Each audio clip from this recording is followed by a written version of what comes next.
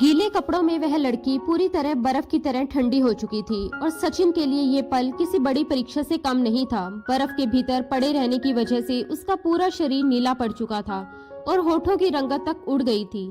सचिन को समझ ही नहीं आ रहा था कि वह उसे बचाए तो कैसे, क्योंकि वह लड़की उसके लिए बिल्कुल अनजान थी। लेकिन इसके बावजूद वह उसे अपनी आंखों के सामने मरते हुए भी नहीं देख सकता था।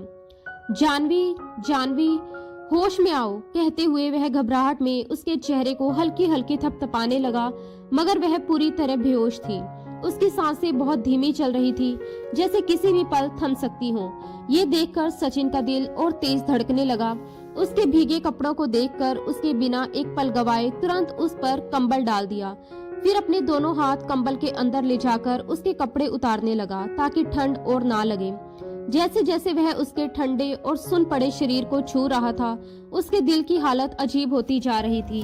किसी लड़की को इस तरह छूना उसके लिए बिल्कुल आसान नहीं था, लेकिन हालात उसे सोचने का मौका नहीं दे रहे थे। वह लड़की बर्फ की तरह ठंडी पड़ चुकी थी। उसे बचाने का अब बस एक ही उपाय था, उसे अपने शरीर की गर्मी देना। यह सोचकर सचिन ने अपनी शर्ट उतारी और खुद भी उस कंबल के अंदर चला गया। पहली बार जब उसने उसे अपने पास खींचा तो उसके पूरे शरीर में बिजली का सा झटका दौड़ गया। जानवी, जानवी, होश में आओ, वह बार बार यही दोहराता रहा, इस उम्मीद में कि शायद वह खुद ही आंखें खोल दे। लेकिन उसकी डूबती हुई सांसों को देखकर सचिन ने मजबूरी में अपनी आंखें बंद कर ली। अब उसके लिए सिर्फ एक ही बात मायने रखती थी, किसी भी तरह उसे बचाना। वह उसके ठंडे शरीर को अपनी गर्मी देने लगा ताकि उसकी जान बच सके। धीरे धीरे जानवी की सांसों में थोड़ा सा फर्क आने लगा था। उसकी सांसों की हल्की सी गर्माहट और दिल की धड़कनें सचिन के सीने में भी महसूस होने लगी थी। वह पहले से बेहतर हो रही थी, ये साफ नजर आ रहा था कि लेकिन अब सचिन के बस में नहीं था कि वह उससे खुद को अलग कर सके। हालात, मजबूरी और उस पल की बेचैनी ने उसे पूरी तरह जकड़ लिया था। बेखुदी में पागल होता हुआ वह उसके सीने को दिसंबर के कड़ाके की ठंडी रात थी। जानवी अपने होटल के कमरे में खिड़की के पास खड़ी होकर बाहर गिरती हुई बर्फ को चुपचाप देख रही थी। हर सुबह आंख खुलते ही चारों तरफ बस बर्फ ही बर्फ नजर आती थी, जैसे पूरी दुनिया सफेद चादर में लिपट गई हो। आज शाम को तो हालात और भी बिगड़ गए थे। अचानक बर्फ का एक तेज तूफान सा आ गया था और देखते ही देखते हर चीज बर्फ से ढक चुकी थी। ठंड इतनी ज्यादा बढ़ गई थी कि कमरे में लगा हीटर भी ठीक से गर्मी नहीं दे पा रहा था। इस समय जानवी ना जाने कितने गर्म कपड़े पहने और मोटी शॉल लपेटे खिड़की के पास खड़ी थी। बाहर का सन्नाटा और गिरती बर्फ उसके मन की बेचैनी को और बढ़ा रही थी। वह खुद को पूरी तरह मुश्किल में फंसा हुआ महसूस कर रही थी। फोन की सर्विस पूरी तरह ठप थी। वह अपनी कंपनी की तरफ से शिमला आई हुई थी। पेशे से वह एक आर्किटेक्ट थी और यहाँ एक बिल्डिंग का नक्शा तैयार करने के लिए आई थी। उसका इरादा था कि अपनी मौजूदगी में ही काम शुरू करवाए, क्योंकि इस प्रोजेक्ट के लिए उसका बॉस नहीं आया था और सारी जिम्मेदारी उसी के कंधों पर थी। वह अपने हिस्से का काम तो पूरा कर चुकी थी, लेकिन अब उसे वापस लौटना था। बर्फबारी ने जैसे सारे रास्ते ही बंद कर दिए थे। बाहर निकलने का कोई रास्ता नजर नहीं आ रहा था। रात के 1 बज रहे थे, लेकिन उसकी आंखों में नींद नहीं थी। पूरे 24 घंटे हो चुके थे, मगर वह अपनी माँ से संपर्क नहीं कर पाई थी, क्योंकि फोन की सर्विस बिल्कुल काम नहीं कर रही थी। इस भयानक बर्फबारी में हर कोई कहीं न कहीं फंसा हुआ था। अब उसके दिमाग में बस यही सवाल घूम रहा था कि क्या करे, अपनी माँ से कैसे संपर्क करे। उन्हें उलझनों के बीच अचानक उसके होटल के कमरे के दरवाजे पर दस्तक हुई। जानवी चौंक गई। रात के 1 बजे उसके कमरे के दरवाजे पर कौन आ सकता था? थोड़ी झिझक और डर के साथ उसने दरवाजा खोला। सामने एक नौजवान खड़ा था। उसकी गोद में एक छोटा सा बच्चा था, करीब 3 साल का। वह बच्चा सर्दी से पूरी तरह कांप रहा था। वह नौजवान बेहद परेशान लग रहा था। उसने घबराई हुई आवाज में कहा, देखिए मैडम, मैं इस बर्फबारी में पूरी तरह फंस गया हूँ। मेरी गाड़ी बर्फ में धंस चुकी है। बड़ी मुश्किल से अपनी और अपने बच्चे की जान बचाकर यहाँ तक पहुँच पाया हूँ। मुझे किसी भी होटल में कमरा नहीं मिल रहा है। इस होटल में भी कोई कमरा खाली नहीं है। वह एक पल के लिए चुप हो गया, फिर भारी आवाज में बोला, मैं तो बाहर किसी तरह रात गुजार सकता हूँ, लेकिन मेरा बच्चा। इस सर्दी में इतना कहकर वह फिर चुप हो गया। उसकी आंखों में बेबसी साफ झलक रही थी। फिर उसने धीमी आवाज में कहा, मुझे बस अपने बच्चे की चिंता है, प्लीज क्या आप इसे अपने कमरे में थोड़ी देर के लिए रख सकती हैं? मैंने और लोगों से भी बहुत रिक्वेस्ट की है लेकिन कोई मेरी मदद करने को तैयार नहीं हुआ। जानवी की नजर बच्चे पर टिक गई। उस मासूम का रंग ठंड के मारे नीला पड़ रहा था। जानवी ने बिना एक पल गवाए तुरंत बच्चे को अपनी गोद में उठा लिया। वह बोली, इसे मुझे दे दीजिए, मैं इसे अपने पास सुला लेती हूँ। सचिन ने झिझकते हुए अपना बेटा जानवी को सौंप दिया। जाते जाते वह बोला, आप प्लीज दरवाजा बंद मत कीजिएगा, मैं बस अपने बेटे को देखने आता रहूंगा। वह बहुत छोटा है और मैं उसे इस भयानक बर्फबारी में लेकर भागता रहा हूँ। मुझे उसकी बहुत चिंता हो रही है, प्लीज ये मेरी आपसे रिक्वेस्ट है। इतना कहकर सचिन वहां से चला गया। बच्चा सर्दी से पूरी तरह कांप रहा था। उसके होठ नीले पड़ने लगे थे और वह आधी नींद में था। ठंड की वजह से उसके गाल भी पूरी तरह लाल हो चुके थे। जानवी का दिल ये देखकर पसीज गया। उसने जल्दी से बच्चे को रजाई में लिटाया लेकिन वह अब भी कांप रहा था। जानवी को समझ नहीं आ रहा था कि उसे इस कड़ाके की ठंड से कैसे बचाए। थोड़ी देर सोचने के बाद वह खुद भी उसके पास लेट गई और उस 3 साल के बच्चे को अपने सीने से लपेट लिया। पता नहीं उसकी माँ कहाँ थी। जिस तरह बर्फबारी ने सारे रास्ते बंद कर दिए थे, बहुत सी गाड़ियां रास्तों में ही फंसी हुई थी, न आगे जा सकती थी न पीछे लौट सकती थी। न जाने वह आदमी अपने बच्चे को कहां कहां से लेकर यहां तक पहुंचा था। धीरे धीरे बच्चा जानवी से लिपटकर सो गया। फिर भी जानवी को ऐसा लग रहा था जैसे उसने किसी बर्फ के टुकड़े को अपने सीने से लगा रखा हो। उसने बच्चे को और कसकर अपने पास कर लिया। कुछ देर बाद बच्चे का शरीर सामान्य होने लगा और वह गहरी नींद में चला गया। उधर सचिन ठंड में बाहर बैठा हुआ था। होटल के बाहर और भी कई लोग मजबूरी में बैठे थे। उसे ना तो होटल में कमरा मिला था, ना ही रात गुजारने की कोई ठीक जगह। उसे अपनी परवाह नहीं थी, लेकिन अपने 3 साल के बेटे की चिंता उसे अंदर ही अंदर खाए जा रही थी। हालांकि उसने अपने बेटे को एक अनजान लड़की के भरोसे छोड़ दिया था, फिर भी उसके मन को चैन नहीं मिल रहा था। पता नहीं वह उसे ठीक से कंबल ओढ़ा रही होगी या नहीं, कहीं बच्चे को और ज्यादा ठंड तो नहीं लग रही होगी। लड़की ज्यादा उम्र की नहीं लग रही थी, ना ही वह शादीशुदा प्रतीत होती थी। वह कमरे में बिल्कुल अकेली थी। कहीं वह उसके बच्चे के साथ अनजाने में कोई लापरवाही ना कर दे। ये सोचकर उसका दिल घबराने लगा। उसकी जान तो उसी बच्चे में बसती थी। इसी वजह से सैकड़ों तरह के डर उसे सताने लगे।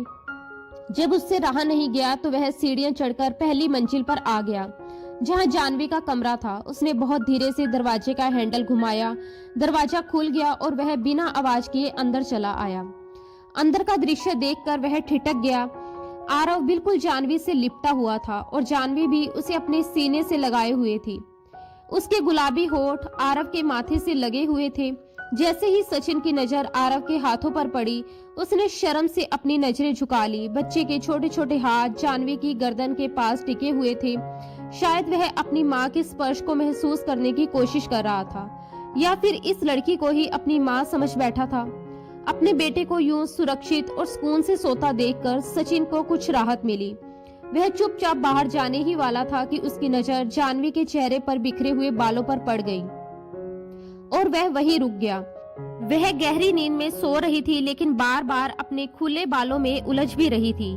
नींद में भी वह किसी अनजानी बेचैनी से जूझ रही थी। उसके दोनों हाथ आरव के कमर पर टिके हुए थे, जैसे वह उसे खुद से अलग ही नहीं होने देना चाहती हो।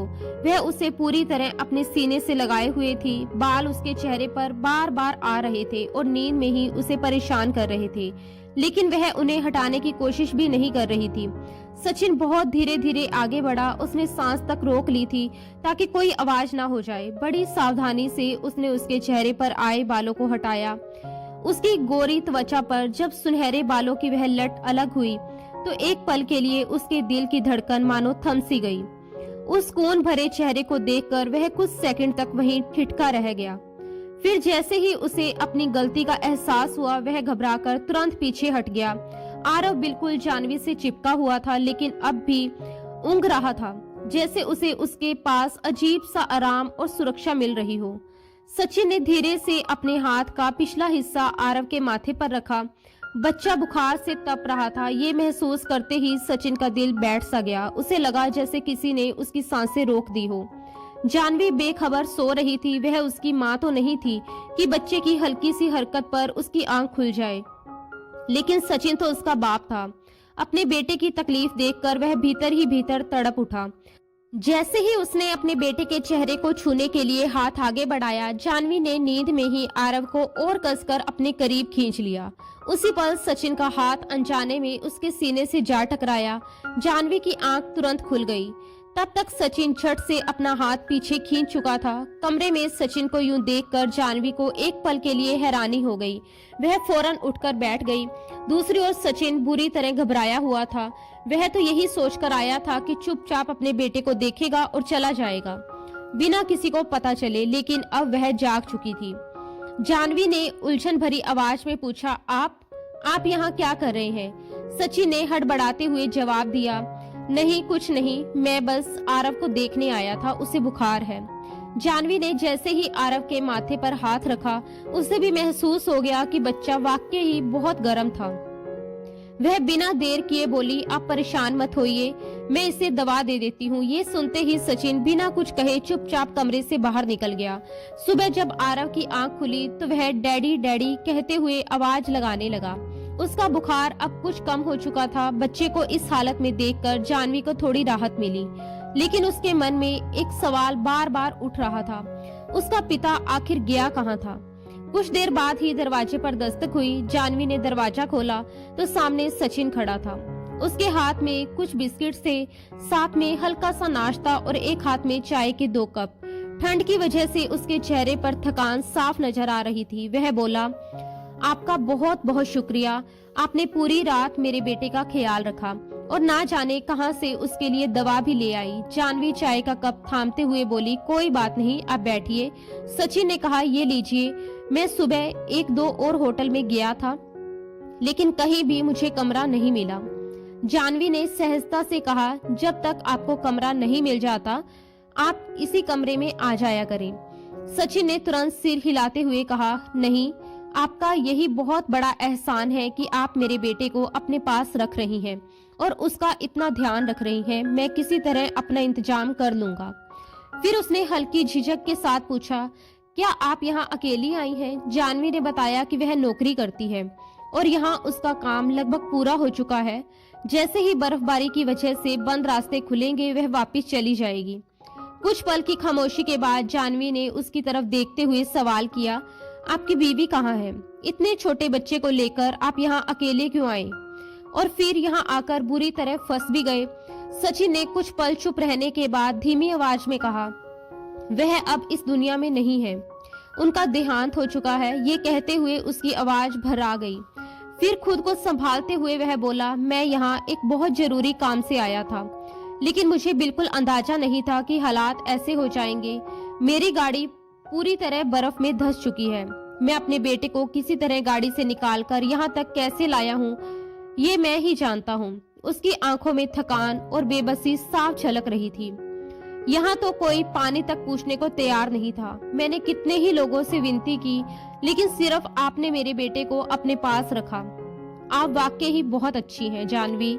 जानवी ने इस पर कोई जवाब नहीं दिया, बस हल्की मुस्कान के साथ बोली, आपका बेटा वाकई ही बहुत प्यारा है।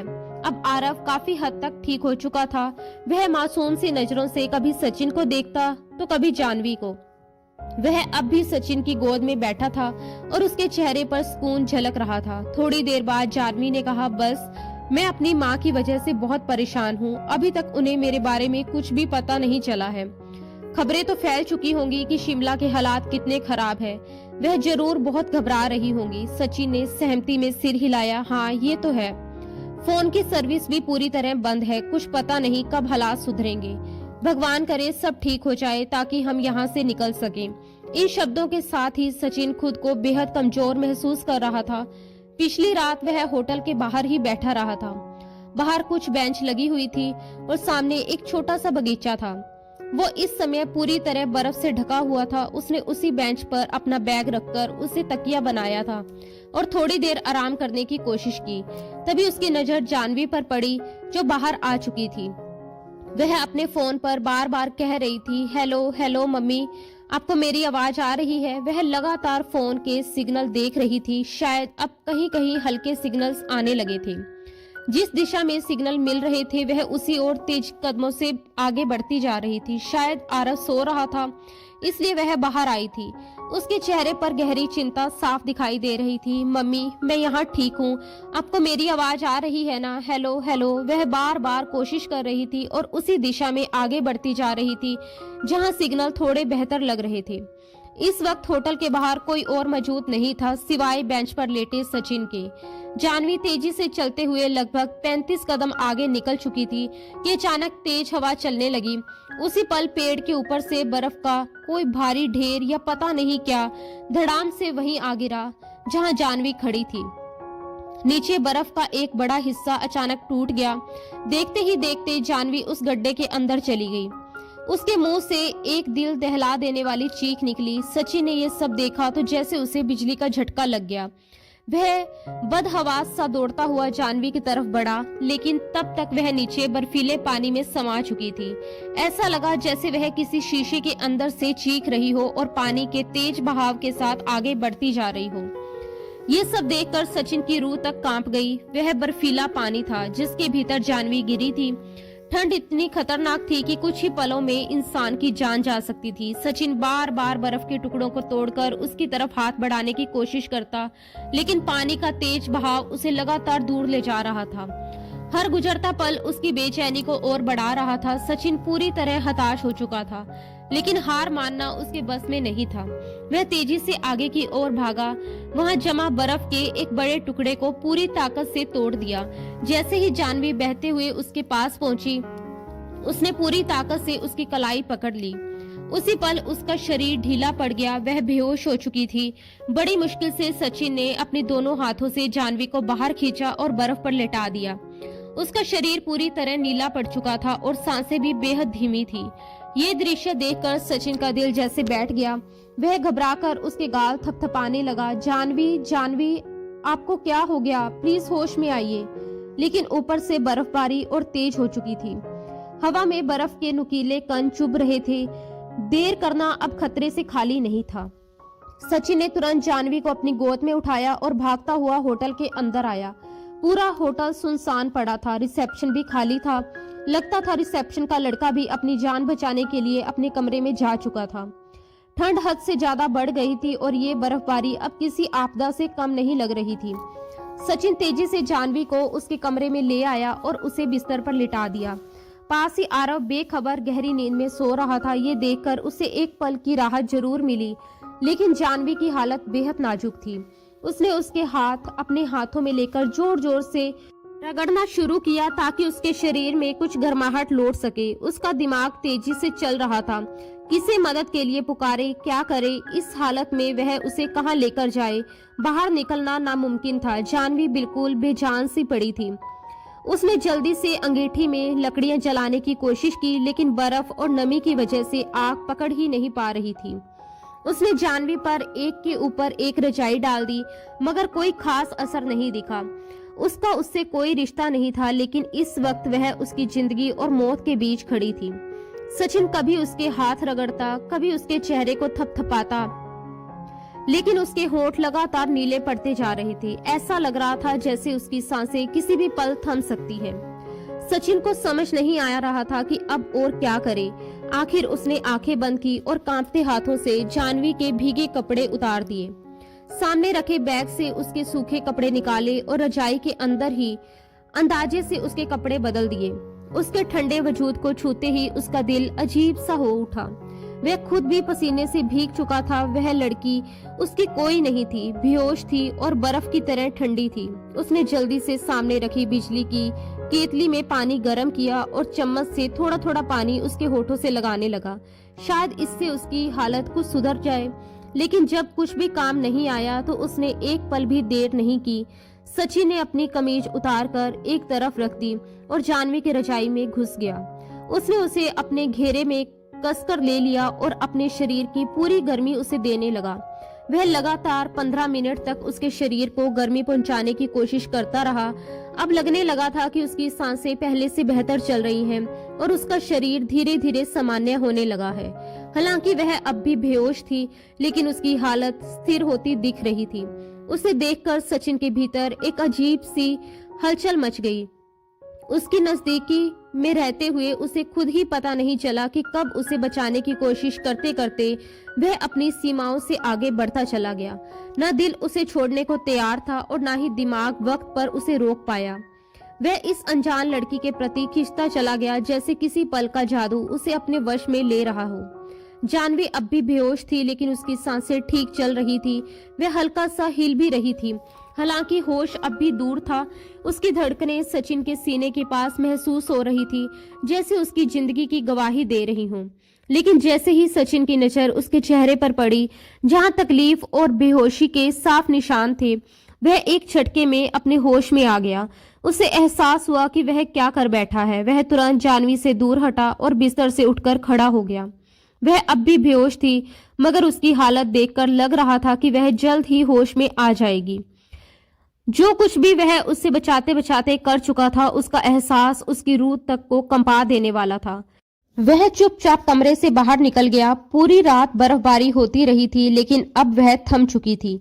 सचिन के मन में बस एक ही सवाल गूंज रहा था, ये उसने क्या कर दिया? अगर जानवी को सब कुछ पता चल गया तो वह क्या जवाब देगा? जब किसी ने उसकी मदद नहीं की थी, तब उसी लड़की ने उसके बेटे को संभाला था, उसे पनाह दी थी, और बदले में उसने ये सोचकर उसे खुद से नफरत होने लगी। शर्म से उसका सिर झुक गया।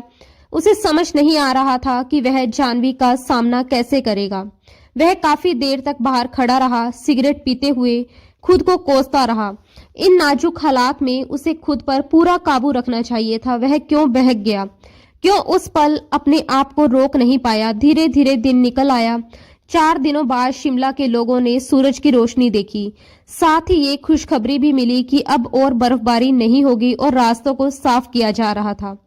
ये खबर सुनकर भी सचिन के मन का बोझ हल्का नहीं हुआ।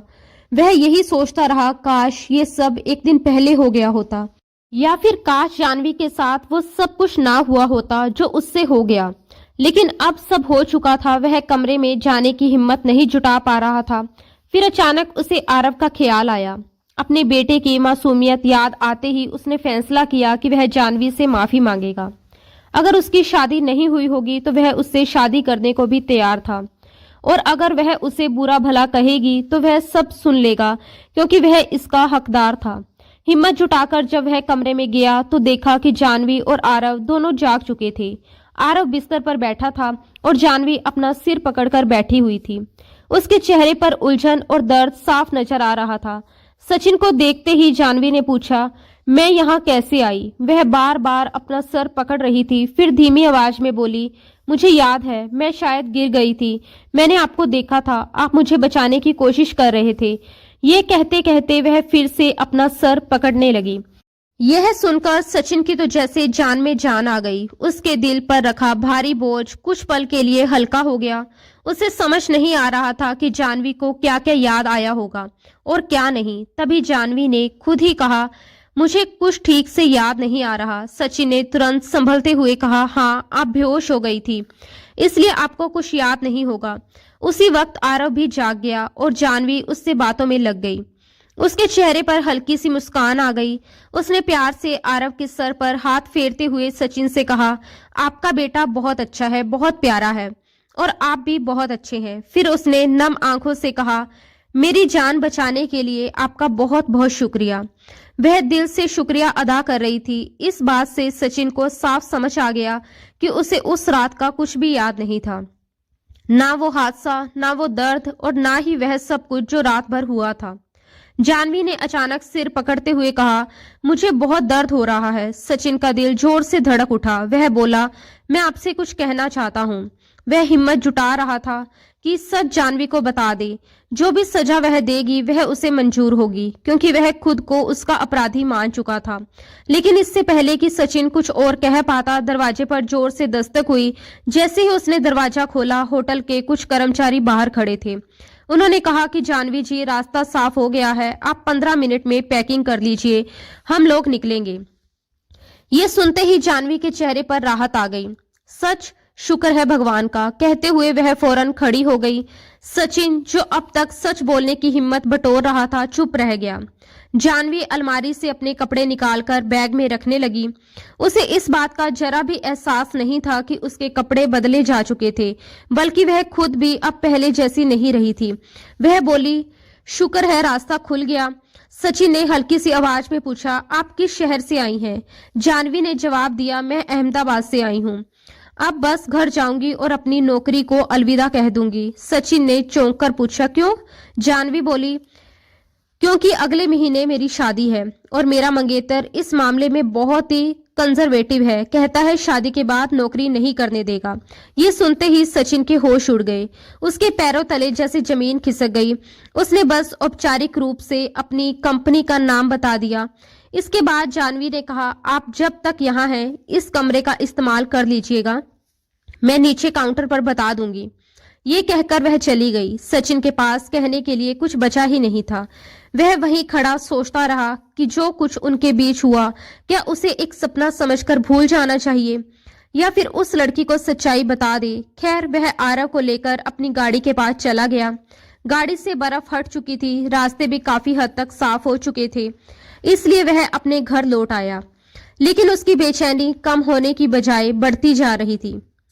सचिन को समझ नहीं आ रहा था कि वह इतना बेचैन क्यों है।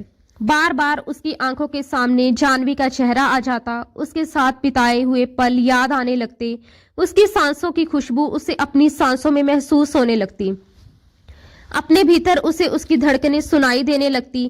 क्या कुछ नहीं हुआ था उस रात? उसकी नजदीकी में खोकर वह ये भूल गया था कि वह उसकी कोई नहीं थी, एक अनजान लड़की। अपनी गर्मी देने के चक्कर में उसने उसका क्या कुछ छीन लिया था। अब जब भी उसकी हालत ऐसी होती, वह बेचैनी में उठकर बैठ जाता, उसकी सांसें बुरी तरह तेज चलने लगती। वह लड़की एक ही रात में सचिन का चैन चुरा ले गई थी। उसके मन में अपने किए को लेकर इतना गहरा अफसोस था कि उसे शब्दों में बयां करना उसके लिए नामुमकिन हो गया था। यही वजह थी कि वह खुद को संभालते हुए अहमदाबाद चला गया। उसने उसकी कंपनी में जाकर पता किया तो मालूम हुआ कि वह नौकरी छोड़कर जा चुकी है। वहां से बड़ी मुश्किल से उसने उसका पता हासिल किया। दिल में हजारों सवाल और डर लिए वह उसके घर पहुंचा, लेकिन जैसे ही उसने घर देखा उसके कदम वहीं ठिठक गए। पूरा घर बिजली की लड़ियों और रोशनी से सजा हुआ था। पड़ोसियों से पूछने पर पता चला कि उसकी शादी है। यह सुनते ही सचिन बिल्कुल चुप हो गया। उसके भीतर कुछ टूट सा गया। वह कैसे उसे सच्चाई बताता और वह क्यों उसे माफ करती? जो जाति वह अनजाने में कर बैठा था, उसके बदले में क्या वह उससे शादी कर सकती थी, उसे अपना सकती थी? जो कुछ उसने किया था वह माफी के काबिल तो नहीं था। बेशक उसकी नीयत खराब नहीं थी, वह तो सिर्फ उसकी जान बचाना चाहता था, लेकिन जिस कदर वह उसके करीब आ गया था, बेखुदी उस पर इस तरह हावी हो चुकी थी कि उसे होश ही नहीं रहा, और जब होश आया तब तक पछतावे की आग उसके अंदर धधकने लगी थी। वह वहीं से उल्टे कदमों वापस लौट आया और बस यही दुआ करता रहा कि कभी उसके पति को इस बात का पता ना चले। वापस आकर वह खुद को अपने कामों में झोंकने लगा। समय धीरे धीरे बीतता चला गया। वह अपनी कंपनी में पूरी लगन से काम करता था। किसी चीज की कोई कमी नहीं थी। घर में हर सुविधा मौजूद थी। एक छोटा सा बंगला था जहां वह अपने बेटे के साथ रहता था। उसने अपनी पत्नी से बेहद मोहब्बत की थी, लेकिन उसका साथ बहुत कम समय के लिए ही मिला। शादी के कुछ ही समय बाद जब आरव पैदा हुआ था, उसी के साथ उसकी पत्नी का साथ छूट गया था। उस वक्त उसे लगा था कि जैसे उसकी पूरी जिंदगी में अंधेरा छा गया। वह अपने बेटे को सीने से लगाकर घंटों रोया था। लोगों ने उसे दूसरी शादी की सलाह दी थी, लेकिन वह नहीं चाहता था कि उसके बेटे की परवरिश किसी सौतेली माँ के हाथों हो। उसे डर था कि कहीं भगवान के दिए इस तोहफे के साथ कोई नाइंसाफी ना हो जाए। इसी वजह से उसने दूसरी शादी के बारे में सोचना ही छोड़ दिया था। उसकी माँ का भी 1 साल पहले देहांत हो चुका था। माँ के दिल में यही उम्मीद थी कि काश सचिन दोबारा से अपना घर बसा ले, लेकिन ऐसा कुछ भी नहीं हो पाया था। जब सचिन ऑफिस जाता तो कई बार आरव को भी अपने साथ ले जाता। कभी उसे अपने ऑफिस में अपने पास बिठा लेता, कभी मजबूरी से घर पर नौकरों के पास छोड़ देता, लेकिन आरव उससे बिछुड़कर ज्यादा देर तक नहीं रह पाता था। जब सचिन ऑफिस में होता तो वह बार बार घर फोन करता। कभी पूछता आरव रो तो नहीं रहा, मुझे याद तो नहीं कर रहा। कई बार बिना किसी वजह के ही कॉल कर लेता, बस अपने बेटे की आवाज सुनने के लिए। लेकिन अब वह एक और अजीब सी उलझन का शिकार हो चुका था। अब वह जानवी के बारे में भी सोचने लगा था। फिर उसने खुद को काम में पूरी तरह व्यस्त कर लिया। दिन भर फाइलें, मीटिंग और प्रोजेक्ट, सब कुछ उसे थकाकर सुला देने के लिए काफी होता था। लेकिन जैसे ही रात होती उसका सारा संयम टूटने लगता। आंखें बंद करते ही जानवी का चेहरा उसकी आंखों के सामने उभर आता। उसकी मासूमियत, उसकी घबराई हुई आंखें और वह रात, सब कुछ उसे बेचैन कर देता। वह अपनी इस हालत से खुद ही परेशान रहने लगा था। उसे समझ नहीं आ रहा था कि ऐसा क्यों हो रहा है। आखिर क्यों वह लड़की बार बार उसके ख्यालों में आ जाती थी। शायद उसे जानवी से मोहब्बत हो गई थी, लेकिन वह मोहब्बत ऐसी थी जो कभी पूरी नहीं हो सकती थी। एक ऐसी मोहब्बत जो सिर्फ पछतावे और अपराध बोध से भरी हुई थी। खैर, वक्त किसी के लिए नहीं रुकता। 1 साल बीत गया। उसने खुद को पहले से भी ज्यादा काम में झोंका दिया था। आरव अब स्कूल जाने लगा था। उसकी जिंदगी का वही सहारा था। उसी की वजह से वह हर दिन खुद को संभाले हुए था। इसी बीच उसकी कंपनी में काम कर रहा आर्किटेक्ट नौकरी छोड़कर चला गया। उसे तुरंत एक नए आर्किटेक्ट की जरूरत थी। उसने कई लोगों को इंटरव्यू के लिए बुलाया। एक के बाद एक सभी इंटरव्यू के लिए गए। जब आखिरी लड़की उसके ऑफिस में दाखिल हुई, मे आई कम इन सर, जैसे ही वह लड़की सामने आई, दोनों एक दूसरे को देखकर पत्थर के हो गए। वक्त जैसे वहीं थम गया। वह कोई और नहीं बल्कि जानवी थी। उसकी आंखों में सचिन के लिए नफरत साफ झलक रही थी। ऐसी नफरत जिसमें साल भर का दर्द, अपमान और टूटन छुपी हुई थी। जानवी को देखते ही सचिन हैरानी से अपनी कुर्सी से खड़ा हो गया। उसके मुंह से बस इतना ही निकल पाया, जानवी। ये सुनते ही जानवी ने गुस्से में ऑफिस का दरवाजा बंद कर दिया। वह तेज कदमों से उसके पास आई और उसका कॉलर पकड़ लिया। उसकी आंखों से आंसू बह रहे थे, लेकिन आवाज में सिर्फ आग थी। वह चीखते हुए बोली, तुम्हें शर्म नहीं आई? तुमने मुझे बर्बाद कर दिया, मेरी पूरी जिंदगी तबाह कर दी। मुझे नहीं पता था कि मैं तुम्हें कभी इस तरह दोबारा देखूंगी। सचिन के होश उड़ चुके थे। उसे समझ ही नहीं आ रहा था कि 1 साल बाद जानवी से उसकी मुलाकात इस तरह होगी और वह उसकी सच्चाई जान चुकी होगी। वह हकलाते हुए बोला, जानवी मेरी बात सुनो। लेकिन उसकी बात पूरी होने से पहले ही एक जोरदार थप्पड़ उसके गाल पर पड़ा। जानवी ने उसे पूरी ताकत से मारा था। अगले ही पल वह फूट फूट कर रोने लगी। वह रोते हुए बोली, तुम कौन होते हो मुझे बर्बाद करने वाले? तुमने मेरी जिंदगी को एक सजा बना दिया। मैंने तुम्हारा क्या बिगाड़ा था? जानवी ने उसका गरेबान पकड़कर झंझोड़ते हुए कहा, मेरी गलती क्या थी कि मैंने उस वक्त तुम्हारे बेटे को सहारा दिया जब कोई भी उसे अपने कमरे में सुलाने को तैयार नहीं था? क्या इसी बात की सजा दी थी तुमने मुझे? बताओ ना, क्यों किया था तुमने मेरे साथ ये सब? वह बुरी तरह रो रही थी। जैसे ही सचिन ने उसके दोनों हाथ पकड़ने की कोशिश की, उसने उसे जोर से पीछे धक्का दे दिया। सचिन लड़खड़ाकर अपनी कुर्सी पर जा बैठा। जानवी चिल्लाई, मुझे नफरत है तुमसे, मैं नफरत करती हूँ तुमसे और तुम्हारे उस बच्चे से भी जो तुम्हारे गुनाह की निशानी है। ये कहकर वह ऑफिस से बाहर निकल गई और सचिन के सर पर तो जैसे बम फट गया था। इसका मतलब उसकी शादी नहीं हुई थी और वह मेरे बच्चे की माँ है। Oh my God! वह फौरन अपनी कुर्सी से उठा और लगभग भागते हुए ऑफिस का दरवाजा खोलकर बाहर आया। उसके दिल की धड़कनें तेज थी। उसे डर था कि कहीं जानवी तब तक जा ना चुकी हो। वह तेजी से बिल्डिंग की सीढ़ियां उतरता हुआ नीचे पहुंचा। तभी उसने देखा जानवी एक ऑटो में बैठ चुकी थी। सचिन दौड़ता हुआ उसके पास पहुंचा, लेकिन उससे पहले ही ऑटो आगे बढ़ गया। उसका दिल बैठ सा गया। उसने बिना देर किए पीछे से आ रहे एक और ऑटो को रोका और हांफते हुए बोला, प्लीज जल्दी चलो, आगे जा रहे ऑटो का पीछा करो। ऑटो वाला उसकी बेचैनी समझ गया और उसी दिशा में ऑटो बढ़ा दिया। कुछ ही देर में दोनों ऑटो एक अपार्टमेंट के सामने रुके। जानवी रोती हुई ऑटो से उतरी।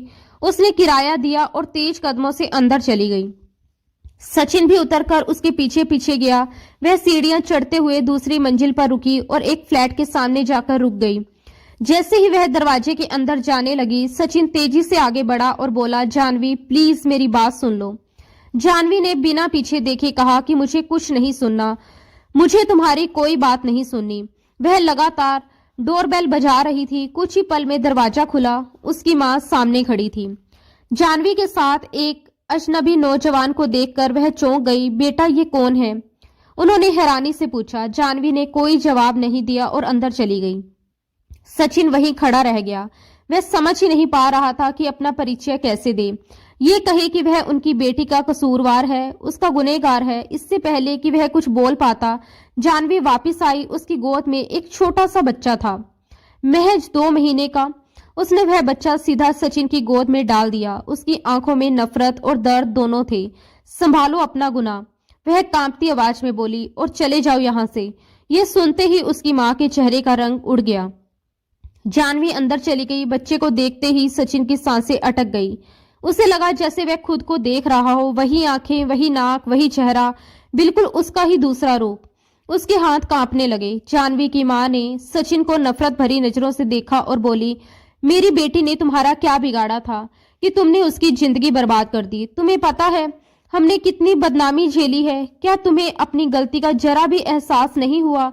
सचिन की आंखों से आंसू बहने लगे। वह धीमे स्वर में बोला, क्या मैं अंदर आकर बात कर सकता हूँ? उसकी मां तड़प कर बोली, अब बात करने के लिए क्या बचा है? तुमने मेरी बच्ची की जिंदगी तबाह कर दी। उसका रिश्ता टूट गया। उसकी बारात वापस चली गई। उसे बदनामी से बचने के लिए शहर छोड़ना पड़ा। मेरी बेटी दर दर की ठोकरें खाती रही। उसने तुम्हारे इस गुनाह को खत्म करना भी चाहा, लेकिन डॉक्टरों ने मना कर दिया। हमें किन हालात से गुजरना पड़ा है तुम्हें इसका अंदाजा भी है? उनकी आंखों से आंसू लगातार बह रहे थे। सचिन का दिल फटने को हो रहा था। वह सोच रहा था, अगर उसे जरा भी अंदाजा होता कि उसकी वजह से जानवी की जिंदगी इस कदर बर्बाद हो जाएगी, तो वह कभी अहमदाबाद लौटकर ही नहीं आता। वह कांपती आवाज में बोला, अगर आपको लगता है कि मैं कसूरवार हूं, तो वह जो भी सजा देगी मैं भुगतने को तैयार हूं। अगर वह मुझे मौत की सजा भी दे दे तो भी मुझे मंजूर है। ये कहते हुए उसकी आंखों में भी आंसू झिलमिला रहे थे। जानवी की मां ने कुछ पल सोचने के बाद सचिन को अंदर आने का इशारा किया। वह भारी मन से अंदर गया और सोफे पर बैठ गया। कमरे में अजीब सी खामोशी छा गई। सचिन ने नजरें झुकाए हुए धीमी आवाज में एक एक करके उस रात की पूरी सच्चाई जानवी की मां को बता दी। उसने बताया कि अगर उस रात वह जानवी के पास ना होता तो शायद वह जिंदा ना बचती। उसने जो कुछ भी किया वह किसी गलत नियत से नहीं, बल्कि उसकी जान बचाने की मजबूरी में किया था। ठंड, बर्फ और बेहोशी की हालत में उसके पास कोई और रास्ता नहीं था। सचिन की बात सुनकर जानवी की मां काफी देर तक चुप बैठी रही। उनके चेहरे पर बीते दिनों का दर्द साफ झलक रहा था। कुछ पल बाद वह भारी स्वर में बोली, शादी से कुछ दिन पहले जानवी की तबीयत अचानक खराब होने लगी थी। जब मैं उसे डॉक्टर के पास ले गई तो जो कुछ उस डॉक्टर ने कहा उसे सुनकर हमारे होश उड़ गए थे। उनकी आंखें भर आई। मैंने अपनी बेटी को बहुत मारा, बहुत डांटा कि सच बताओ ये गुनाह कैसे हुआ, लेकिन वह रो रो कर यही कहती रही कि उसने कुछ भी गलत नहीं किया, उसके साथ ऐसा कुछ नहीं हुआ। डॉक्टर झूठ बोल रही है। उन्होंने आगे बताया, मैंने कई अस्पतालों में उसकी जांच करवाई, लेकिन हर जगह रिपोर्ट एक जैसी ही आई। जब उसने कसम खाई तब मुझे उस पर यकीन हुआ, लेकिन उसे खुद भी कुछ याद नहीं था कि उसके साथ ऐसा कब और कैसे हुआ। तुम तो उसके ख्याल में भी नहीं थे। जानवी की मां की आवाज कांपने लगी। शादी से एक दिन पहले उसका मंगेतर उसे अस्पताल में देख बैठा। उसने उसी लेडी डॉक्टर से पूछ लिया कि जानवी वहां क्यों आई है। हम तो इस बच्चे को गिरवाना चाहते थे, लेकिन डॉक्टर ने साफ मना कर दिया। उधर उसका मंगेतर भी सच्चाई जान चुका था। उसी दिन उसने बारात लाने से मना कर दिया और चला गया। उनकी आंखों से आंसू बहने लगे। मोहल्ले में हमारी बदनामी होने लगी। इसी डर से हमने वह शहर छोड़ दिया और यहाँ आ गए। हम इस बच्चे को गिराना चाहते थे, लेकिन शायद इसकी किस्मत में दुनिया में आना लिखा था। उन्होंने गहरी सांस ली और बोली, लेकिन जब से ये बच्चा पैदा हुआ है जानवी ने इसे हाथ तक नहीं लगाया। इसे तो सिर्फ मैं ही पाल रही हूँ। आज वह इंटरव्यू पर गई थी, क्योंकि जो थोड़ी बहुत जमा पूंजी थी वह सब खत्म हो चुकी थी। अब हमारे पास कुछ भी नहीं बचा है।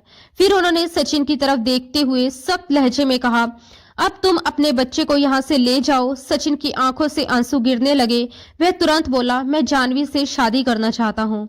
मेरी वजह से उसकी जिंदगी इस मोड़ पर आकर रुकी है, तो मैं ही उसे इज्जत भी दूंगा और खुशियां भी। ये सुनकर उसकी माँ कुछ देर तक सचिन को देखती रही, मानो उसके इरादे को परख रही हो। सचिन ने फिर कहा, मैंने जो कुछ किया जानबूझकर नहीं किया, बस जानवी की जान बचाने के चक्कर में, और पता नहीं कैसे मैं बहक गया। आप प्लीज जानवी को शादी के लिए राजी कीजिए। मैं उसे पूरी इज्जत दूंगा, उसे जरा सी तकलीफ नहीं होने दूंगा। उसने जो कुछ सहा है मैं उसका हर्जाना देने को तैयार हूँ। उसकी मां ने गहरी सांस ली। मैं जानवी से बात करूंगी, लेकिन शायद जानवी अंदर खड़ी सब कुछ सुन रही थी। तभी दरवाजा खुला और वह बाहर आ गई। उसकी आंखों में नफरत और दर्द साफ झलक रहा था। वह चीखती हुई बोली, मुझे इस आदमी की शक्ल से भी नफरत है। इसकी झूठी कहानी का मुझ पर कोई असर नहीं होगा। मैं मर जाऊंगी लेकिन इसके साथ शादी नहीं करूंगी। इसे कहो कि यहाँ से अपना बच्चा लेकर चला जाए।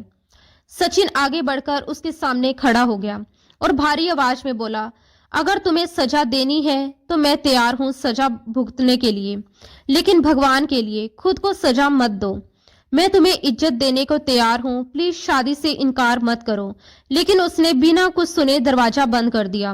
वह बार बार दरवाजा बजाता रहा। उसकी आवाज में जिद भी थी और पछतावे की कांप भी। मैं फिर आऊंगा, वह बोला, और तब तक आता रहूंगा जब तक तुम मान नहीं जाती। इसके बाद वह अपने छोटे बेटे को लेकर वहां से लौट आया। रास्ते भर उसके दिल में एक अजीब सा बोझ था।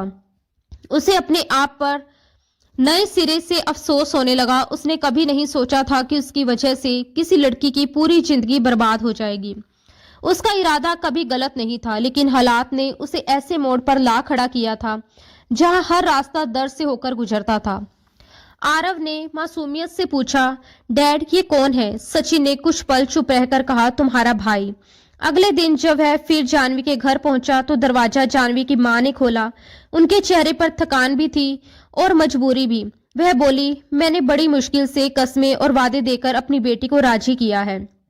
मैं नहीं चाहती कि अब और समय बर्बाद हो। तुम आधे घंटे के अंदर अंदर शादी का इंतजाम करो। आधे घंटे के अंदर अंदर बिल्कुल सादगी से सचिन और जानवी की शादी हो गई। जानवी बाहर आई तो उसने एक साधारण सा जोड़ा पहना हुआ था। ना कोई मेकअप, ना कोई सजावट, जैसे वह इस शादी में शामिल नहीं बल्कि किसी सजा को निभाने आई हो। जैसे ही सचिन ने उसकी तरफ हाथ बढ़ाया, उसने झटके से उसका हाथ झटक दिया। सचिन बस गहरी सांस लेकर रह गया। वह आगे चल पड़ा, आंखों से आंसू बहते हुए। जानवी उसके पीछे पीछे चल रही थी। नीचे गाड़ी खड़ी थी। सचिन ने उसके लिए आगे का दरवाजा खोला, लेकिन वह चुपचाप पीछे की सीट पर बैठ गई। पूरा सफर भारी खामोशी में बीता। जब सचिन के बंगले का दरवाजा खुला और गाड़ी पोर्च में आकर रुकी तो जानवी बिना कुछ कहे नीचे उतर गई। चौकीदार और नौकर उसे देखकर हैरान रह गए। साहब जी, ये कौन है? कोई मेहमान है क्या? सचिन ने शांत स्वर में कहा, नहीं, ये मेरी बीवी है। नौकर हैरानी से कभी सचिन को देखते, कभी जानवी को। अंदर लाउंज में पहुंचते ही सचिन ने देखा नौकरानी छोटे बच्चे को गोद में लेकर दूध पिला रही थी। आरव अपने खिलौनों में मगन था। जैसे ही उसने अपने पिता को देखा, डैड डैड कहता हुआ दौड़कर उससे लिपट गया।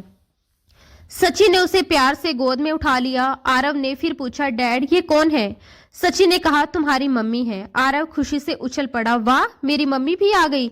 हमारी फैमिली तो कंप्लीट हो गई। लेकिन जानवी ने आरव को नफरत से देखा।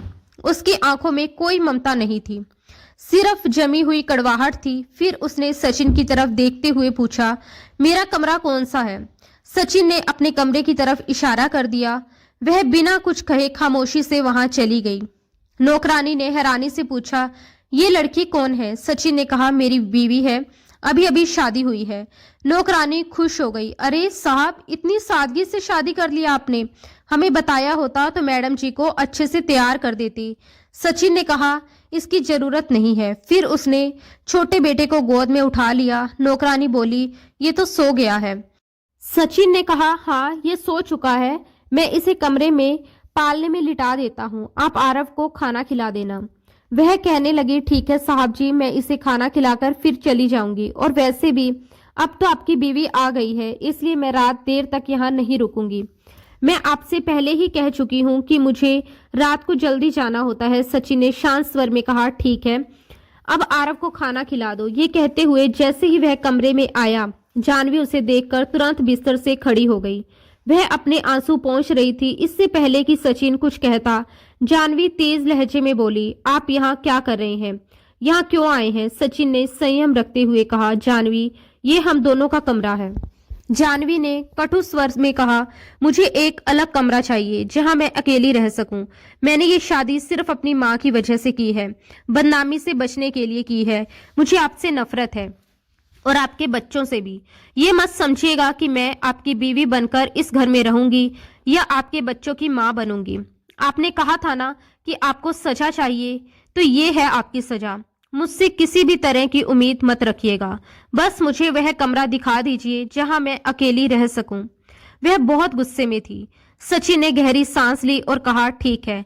वह उसे बाहर ले आया और गेस्ट रूम की ओर इशारा करते हुए बोला, आप वहां रह सकती हैं, आपको कोई परेशान नहीं करेगा। जानवी ने रूखेपन से कहा, बहुत शुक्रिया, और तेज कदमों से कमरे में जाकर दरवाजा बंद कर लिया।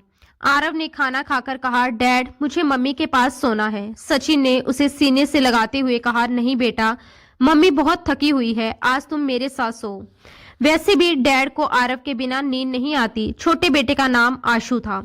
दोनों बच्चों को साथ लेकर सचिन अपने कमरे में आकर लेट गया, लेकिन उसकी आंखों में नींद नहीं थी। वह जानता था कि जानवी बहुत नाराज है और उसे नाराज होना भी चाहिए। उसने उसके साथ जो किया था वह कोई छोटी बात नहीं थी। एक लड़की के लिए वह बहुत बड़ी बात थी। उसे लगा था कि समय के साथ जानवी का गुस्सा कम हो जाएगा, लेकिन शायद ये उसकी सबसे बड़ी गलतफहमी थी। वह न तो आरव से बात कर रही थी, न छोटे बच्चे को हाथ लगाती थी, ना ही घर के किसी काम में हाथ बटाती थी। ज्यादातर समय वह अपने कमरे में ही बंद रहती। अगर कभी आरव उसके पास चला भी जाता तो वह उसे डांटकर बाहर निकाल देती। कुछ दिन तक सचिन ने सब कुछ चुपचाप सहा, लेकिन फिर उसने जानवी से बात करने की कोशिश की। वह कई बार उससे कह चुका था, दिल से मुझे माफ कर दो, जिंदगी को इतना मुश्किल मत बनाओ, चाहो तो इसे आसान भी बना सकती हो। ये सोच लो कि शायद ये सब किस्मत में लिखा था। मेरा इरादा सिर्फ तुम्हें बचाने का था और मैंने तुम्हें बचाया भी। मैं कोई फरिश्ता नहीं हूँ, मुझसे गलती हो गई। अगर इसकी सजा देनी है तो सिर्फ मुझे दो। इन दोनों मासूम बच्चों का कोई दोष नहीं है। अगर तुम उनसे प्यार नहीं कर सकती तो कम से कम नफरत तो मत करो। लेकिन जानवी ने कभी उसे कोई जवाब नहीं दिया। रात को सचिन अकेले बैठकर सिगरेट पर सिगरेट पीता रहा, मन ही मन खुद को कोसता रहा। तभी उसे किचन से कुछ आवाजें सुनाई दी। वह सिगरेट बुझाता हुआ धीरे धीरे किचन की ओर बढ़ गया। जानवी अपने लिए चाय बना रही थी। सचिन चुपचाप उसके पीछे जाकर खड़ा हो गया। उसके खुले बालों को देखकर उसका दिल मचल उठा। शादी के बाद भी वह जैसे उसका इम्तिहान ले रही थी। पिछले 1 साल से उसने उस लड़की को दिलो जान से चाहा था। कई बार उसका मन हुआ कि उसे अपने सीने से लगा ले, लेकिन वह जानता था कि इस वक्त जानवी गुस्से में है, वह उसे छूने भी नहीं देगी। जानवी, सचिन ने उसे प्यार से पुकारा। वह बुरी तरह चौंक गई। जैसे ही पलटकर देखा, गुस्से से उसकी भौहें तन गई। आप यहाँ क्यों आए हैं? जानवी के रूखे अंदाज ने उसके दिल को ठेस पहुंचा दी। वह धीमी आवाज में बोला, तुम चाहो तो मुझे दिल से जल्दी माफ कर सकती हो। जानवी चाय कप में डाल चुकी थी, बिना उसकी और देखे बोली, लेकिन मुझे माफ मत कीजिए। सचिन ने खुद को समझाते हुए कहा, उस वक्त तुम बर्फ की वजह से पूरी तरह नीली पड़ चुकी थी। तुम्हें बचाने का कोई और उपाय नहीं था। मैं सच कह रहा हूँ, प्लीज मुझे भी समझने की कोशिश करो। ये सुनते ही जानवी पलट पड़ी। उसकी आंखों में गुस्सा और दर्द दोनों थे। जैसे आपने मुझे बचाया, उससे बेहतर था कि मुझे मर जाने देते। हटिए यहाँ से। वह सचिन को अपने सामने खड़ा देखकर और भी सख्त हो गई। सचिन ने लाचारी से कहा, अगर अनजाने में मैंने तुम्हें तकलीफ दी थी तो उसका नुकसान मैं भर चुका हूँ। मैंने तुम्हें समाज में दर दर की ठोकरें खाने के लिए तो नहीं छोड़ा, फिर क्यों मेरा इम्तिहान ले रही हो? आपने मुझ पर कोई एहसान नहीं किया। जानवी कड़वे लहजे में बोली, आपको अपनाना मेरी मजबूरी थी, वरना मैं आपकी सूरत भी नहीं देखती। उसकी बातें सचिन के दिल को चीरती चली गई। वह बेबस होकर बोला, कब तक दूर रहोगी? कब तक मुझे सजा दोगी? पूरी जिंदगी? ये कहते ही वह जाने के लिए मुड़ गई। चाय भी अधूरी रह गई। तभी सचिन ने आगे बढ़कर उसके पैर पकड़ लिए। मैं तुम्हारे बिना मर जाऊंगा। उसकी आवाज कांप रही थी। मुझे नहीं पता था कि एक घटना मेरी जिंदगी का सुख चैन छीन लेगी। उस 1 साल में एक पल भी ऐसा नहीं गुजरा जब मुझे तुम्हारी याद ना आई हो। मुझे लगा तुम्हारी शादी हो चुकी है, तुम अपनी जिंदगी में खुश होगी। अगर पता होता कि तुम ये सब झेल रही हो तो भगवान की कसम तुम्हें बहुत पहले अपना लेता। ये कहते हुए वह उसे खींचकर अपने और करीब कर चुका था। वो बुरी तरह से घबरा गई। जानवी, मैं तुमसे प्यार करता हूँ, वह उसकी आंखों में देखकर बोला था। वह चिल्लाई, मेरा हाथ छोड़ो सचिन, मैं तुमसे बहुत प्यार करता हूँ। वह फिर से प्यार भरे अंदाज में बोला और उसे अपने चेहरे के इतना पास खींच लिया कि जानवी की जान जैसे होठों तक आ गई थी। बात यहीं तक पहुंची थी कि सचिन ने उसे अपनी पकड़ में ले लिया और उसके होठों से निकलने वाले शब्दों को पूरा होने से रोक दिया। वह अपने दिल की बेचैनी शांत करना चाहता था, लेकिन अगले ही पल जानवी ने उसके सीने पर हाथ रखकर उसे जोर से पीछे धकेल दिया। मैं तुमसे नफरत करती हूँ, ये कहते हुए वह रोती हुई किचन से बाहर चली गई। सचिन वहीं खड़ा गहरी सांस लेकर रह गया। कब तक तड़पाओगी मुझे जानवी? मैं तुम्हें इतना प्यार करूंगा कि तुम मुझसे प्यार करने पर मजबूर हो जाओगी। ये कहकर वह अपने कमरे में चला गया। एक बार जब वह घर के अंदर आया तो उसने देखा कि जानवी आरव पर चिल्ला रही थी और आरव जोर जोर से रो रहा था। जानवी गुस्से में कह रही थी, तुम्हारी हिम्मत कैसे हुई मेरे कमरे में आने की? मैं तुम्हारी माँ नहीं हूँ, आइंदा मुझे मम्मी मत कहना। सचिन के माथे पर शिकन आ गई। वह अपनी मजबूरी जानता था। उसने कभी अपने बेटे पर आवाज तक ऊंची नहीं की थी, लेकिन जानवी का ये बर्ताव वह किस तरह सह रहा था यह बस वही जानता था। तभी उसकी नजर आरव के गाल पर पड़े लाल थप्पड़ के निशान पर गई और वह बौखला गया। वह तुरंत उसके पास पहुंचा और सख्त आवाज में बोला, आरव को थप्पड़ किसने मारा? सचिन का गुस्सा देखकर जानवी पहले तो चुप रही, फिर बोली, ये मेरा सामान छू रहा था, मैंने इसे कितनी बार मना किया कि मेरे कमरे में ना आया करे। सचिन ने जानवी का हाथ पकड़कर उसे अपने सामने खींच लिया। तुम्हारी हिम्मत कैसे हुई मेरे बच्चे पर हाथ उठाने की?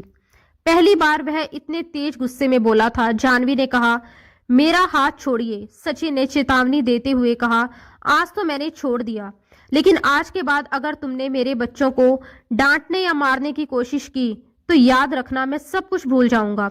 जानवी ने झटके से अपना हाथ छुड़ाया। मैं जानती थी तुम इतने शरीफ नहीं हो सकते, तुम एक घटिया इंसान हो, वह तमतमाकर बोली। सचिन ने ठंडे लेकिन सख्त लहजे में कहा, तुम्हें जो कहना है मुझे कहो, लेकिन मैं ये बर्दाश्त नहीं करूंगा कि तुम मेरा बदला मेरे बच्चों से लो। जानवी हाथ छुड़ाकर अपने कमरे में चली गई और दरवाजा बंद कर लिया। सचिन ने आरव को गोद में उठा लिया। वह फूट फूट कर रो रहा था। सचिन उसे चूमने लगा, प्यार से सहलाया और अपने हाथों से खाना खिलाया। थोड़ी देर बाद छोटा बेटा आशु भी उठकर रोने लगा। उसने उसके लिए दूध बनाया, डायपर बदला और उसे भी सुलाने की कोशिश की। वह अकेले ही दोनों बच्चों को संभाल रहा था। एक तरफ ऑफिस का थका देने वाला काम और घर आकर बच्चों की पूरी जिम्मेदारी। जानवी उसके आने से पहले ही कमरे में बंद हो जाती थी और बाहर निकलती ही नहीं थी। सचिन परेशान था। अगर हालातों की वजह से उससे कोई गलती हो गई थी तो वह माफी भी मांग रहा था, वरना लोग तो गलती करके आगे बढ़ जाते हैं, पलटकर देखते तक नहीं। वह उसके पीछे आया था, माफी मांग रहा था, उसे इज्जत दी थी और अपनी पत्नी बनाया था।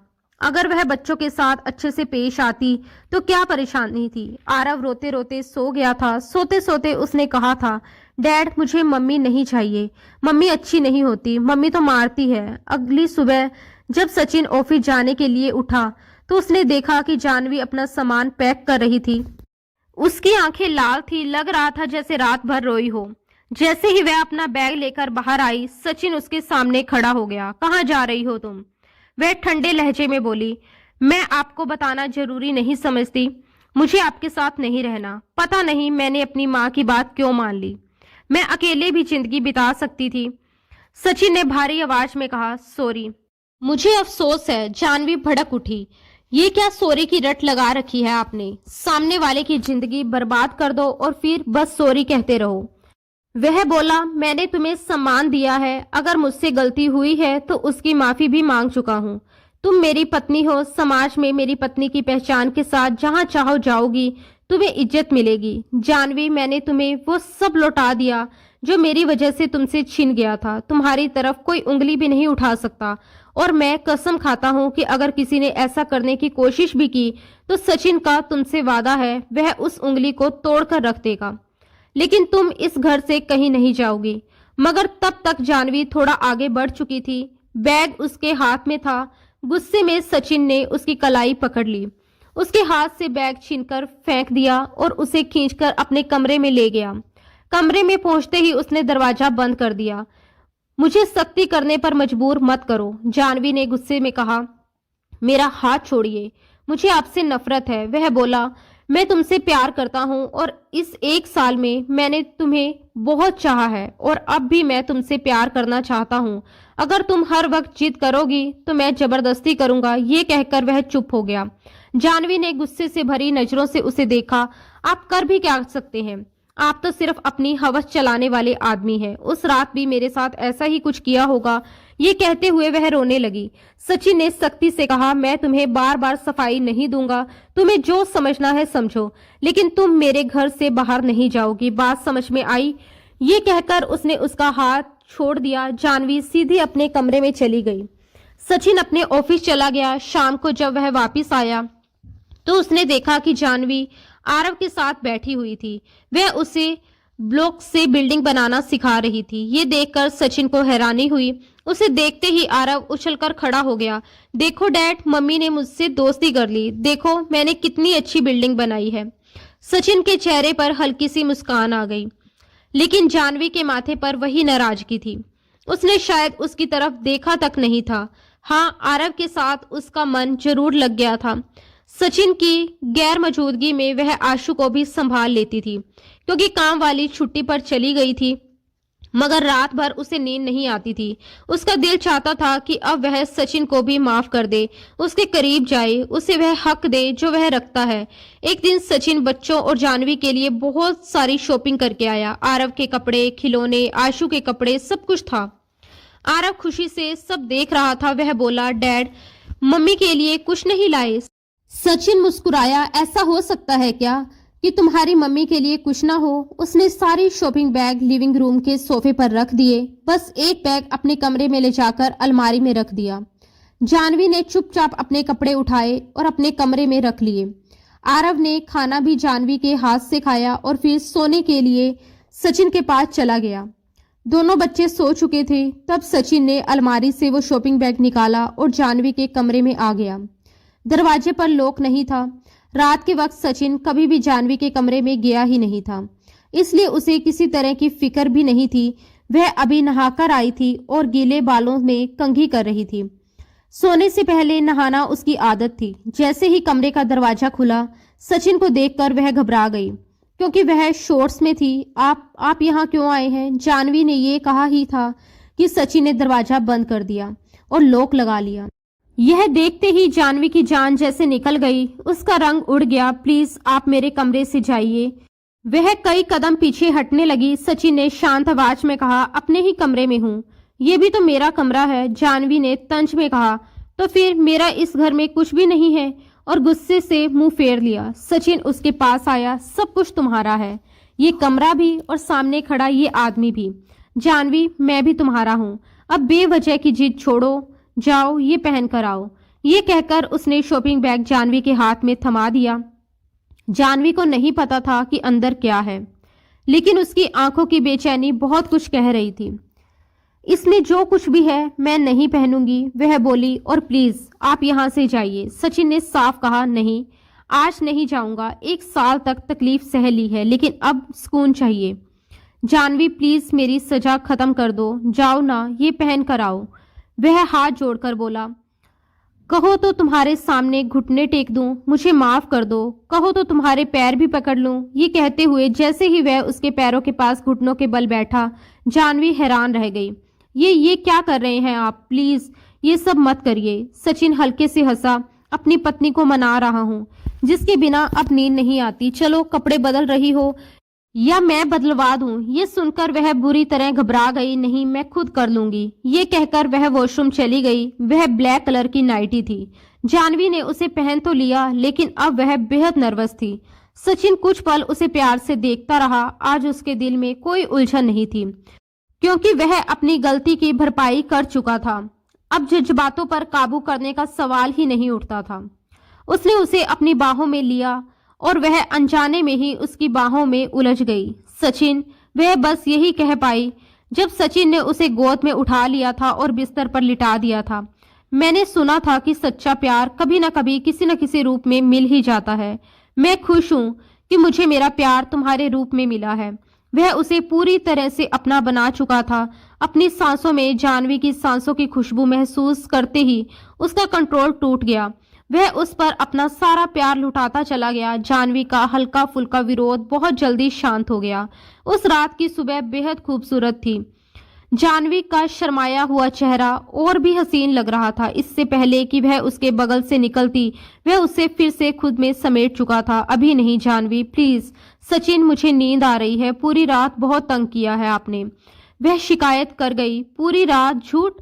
वह उसे जानबूझकर चिढ़ा रहा था। आधी रात के बाद तो तुम सो चुकी थी। हालांकि मेरा तो अभी भी मन था। वह उसे सहज करना चाहता था ताकि कोई दीवार बीच में ना रहे। जानवी की आंखें पूरी तरह खुल गई। आप झूठ बोल रहे हैं। कमरे में रोशनी फैल चुकी थी। जब मैंने कहा था प्लीज मुझे थोड़ी देर सोने दो, वह रूठकर बोली। हाँ, तो मैंने सोने दिया भी तो था। वह मुस्कुराया। तंग तो नहीं किया, मुझे वैसे ही नींद नहीं आई थी। वैसे आपने सोने की इजाजत दी थी ना? वह शर्म से नजरें चुराकर बोली। आदत पड़ जाएगी, सचिन ने कहा। जब रोज ऐसे ही सोओगी? जी नहीं। जी हाँ, मेरी मर्जी चलेगी। मिसेस सचिन, तुम मेरे साथ चिपक कर ही सोओगी, वरना रात भर जागती रहना। शायद वह उसे अभी भी ना छोड़ता, मगर तभी दरवाजे पर किसी ने जोर से पैर मारा। दोनों बुरी तरह चौंक गए। डैड, दरवाजा क्यों बंद किया है? दरवाजा खोलो। आरव की आवाज सुनकर दोनों हड़बड़ा गए। जानवी तुरंत उठकर वॉशरूम चली गई। सचिन ने जल्दी से शर्ट पहनी और दरवाजा खोल दिया। आरव सवाल भरी नजरों से उसे देख रहा था। आप यहाँ क्या कर रहे हैं? मैं कब से आपको ढूंढ रहा था। आशु रो रहा है। गंदे बच्चे ने मेरी नींद भी खराब कर दी। ये सुनकर सचिन कमरे में गया। आशु को शायद भूख लग रही थी। उसने उसे सीने से लगा लिया। तभी जानवी भी नहाकर आ गई। इसे मुझे दीजिए, मैं संभाल लूंगी, कहकर उसने आशु को ले लिया। रात को जब सचिन ऑफिस से वापस आया तो जानवी और बच्चे तैयार थे। वह उन्हें रेस्टोरेंट में खाना खिलाने ले गया। बच्चे बहुत खुश थे। रात को आरव उन दोनों के बीच में सोया था और आशु अपने पालने में। सचिन को नींद नहीं आ रही थी। वह आरव के गहरी नींद में जाने का इंतजार कर रहा था। जैसे ही उसने सोई हुई जानवी का हाथ पकड़कर अपने होठों से लगाना चाहा, आरव ने उसका हाथ खींच लिया। मम्मी को मत छुओ, don't touch my mom. Aarav को जागता देखकर सचिन पूरी तरह हड़बड़ा गया। तुम सोए नहीं अभी तक? मेरी मम्मी से दूर होकर सोना। वह माथे पर बल डालकर अपने डैड को घूरने लगा। सचिन मुस्कुराए बिना नहीं रह पाया। अच्छा, नहीं छूता, अब सो जाओ। लेकिन वह भी सचिन की औलाद था। अपने बाप को सुलाने के बाद ही सोया। 3 दिनों से यही हो रहा था। आरव किसी जासूस की तरह जागता रहता था। सुबह दोनों बच्चों को नाश्ता करवाकर जानवी सचिन को ऑफिस के लिए जगाने आई। जब सचिन ने कमरा खाली देखा तो उसने जानवी का हाथ खींचकर उसे अपने ऊपर गिरा लिया। जानवी बुरी तरह घबरा गई। और ये क्या कर रहे हैं आप? आपको ऑफिस नहीं जाना? नहीं जाना, वह बोला। तुम्हें मेरा जरा सा भी ख्याल नहीं है। बढ़िया ट्रेनिंग दी है तुमने आरव को। जासूस बनकर मेरी पहरेदारी करता रहता है। सचिन ने जानवी के बिखरे बालों पर हाथ फेरते हुए कहा। जानवी हंस पड़ी। आपका ही बेटा है, जाओ ना जानवी, वह प्यार से बोला। दरवाजा बंद करके आओ। उसके लहजे पर जानवी नर्वस हो गई। सचिन, 8 बज रहे हैं, आपको ऑफिस के लिए देर हो जाएगी। वह बचने के बहाने बनाने लगी, लेकिन वह करवट बदलकर जानवी को अपने नीचे कर चुका था। बीवी को भी तो वक्त देना जरूरी है, और आजकल मुझे तुम्हारे सिवा कुछ भी नहीं सूझता। इससे पहले कि वह जानवी के होठों पर झुकता, दरवाजे पर दस्तक हुई। ओ शिट यार, ये मेरा सबसे बड़ा दुश्मन है। सचिन झुंझला गया, मगर जानवी की हंसी खुद ब खुद निकल गई। वह उठकर जा चुकी थी। अब जानवी को अपनी जिंदगी बेहद खूबसूरत लगने लगी थी। दोस्तों, उम्मीद है कि आपको हमारी कहानी पसंद आई होगी। अगर कहानी पसंद आई हो तो वीडियो को लाइक करें। अगर आप चैनल पर नए हैं तो चैनल को सब्सक्राइब जरूर करें। और हाँ, अगली अपडेट सबसे पहले पाने के लिए नोटिफिकेशन बेल दबाना ना भूलें। धन्यवाद दोस्तों। राधे राधे।